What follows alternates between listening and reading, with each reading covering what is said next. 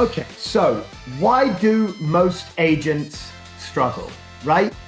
Success in this insane real estate industry, it isn't just about strategy. It's actually about mastering your mindset, right? And it's almost like when they're doing the security debrief on the airplane and the air steward or stewardess says to you, hey, if the mask comes down, what's the first thing that you do? And I've always found that this one speaks to me. They say, put the mask over yourself first so that you're able to go and help somebody else. And it's no different in the real estate industry about mastering your own mindset in the sense that you've got to take care of you first so that you feel good before you go out and try and help your clients. And many agents in our industry fail not just because they lack skills, but they actually fail because their mindset isn't strong enough to handle the rejection, handle the setbacks, and then they start to have self-doubt. And self-doubt turns into fear. And the longer you don't treat fear, the bigger the fear becomes. And I say it to myself all the time. What is fear?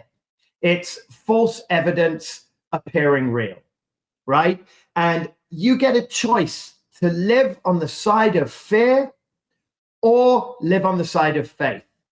But one thing that we all have to remember is that those two cannot coexist. So you get a choice of, I'm going to live on the side of faith. I'm going to believe in myself. I'm going to have confidence. I'm going to go out and be the best version of myself. Or you get to live on the side of fear, which is I'm less than, I'm not worth it, I'm not good, I don't deserve it.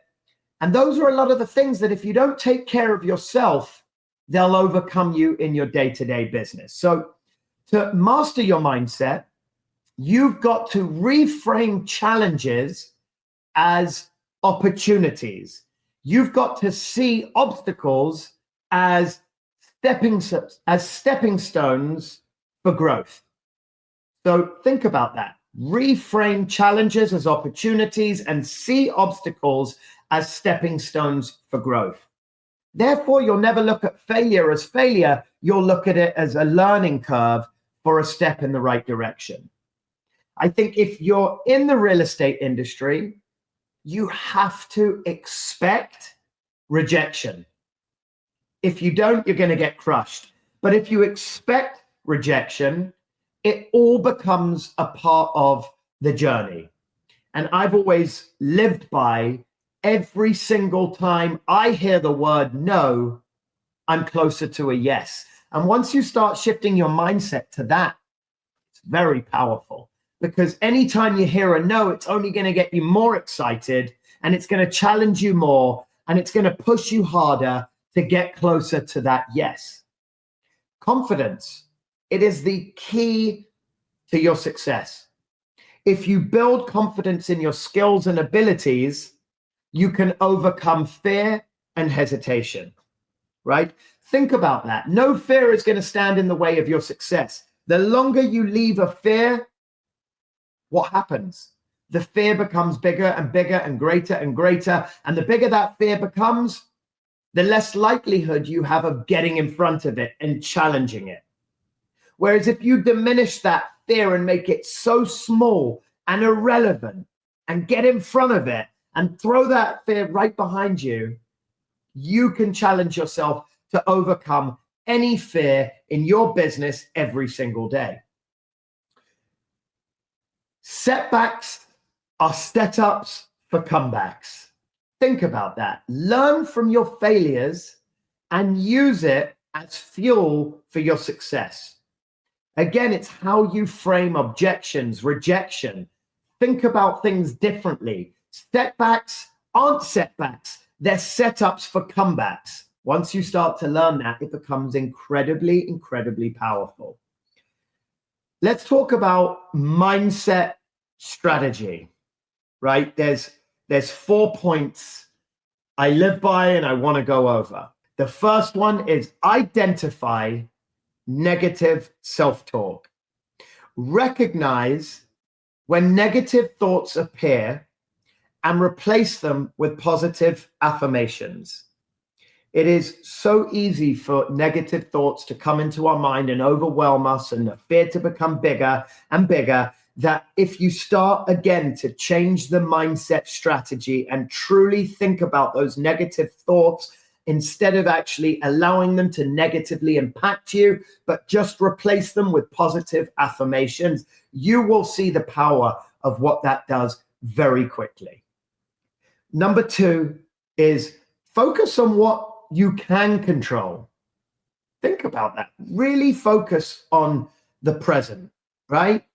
You can't control the past, and you definitely can't control the future, right? So put your present actions and energy into one, not things that are outside of your control. Sometimes, instead of deciding what the outcome is or beating yourself up on what the outcome was, just look down at your feet and live in the now. Live in the present. Put your energy into action. Don't think about the stuff you cannot control.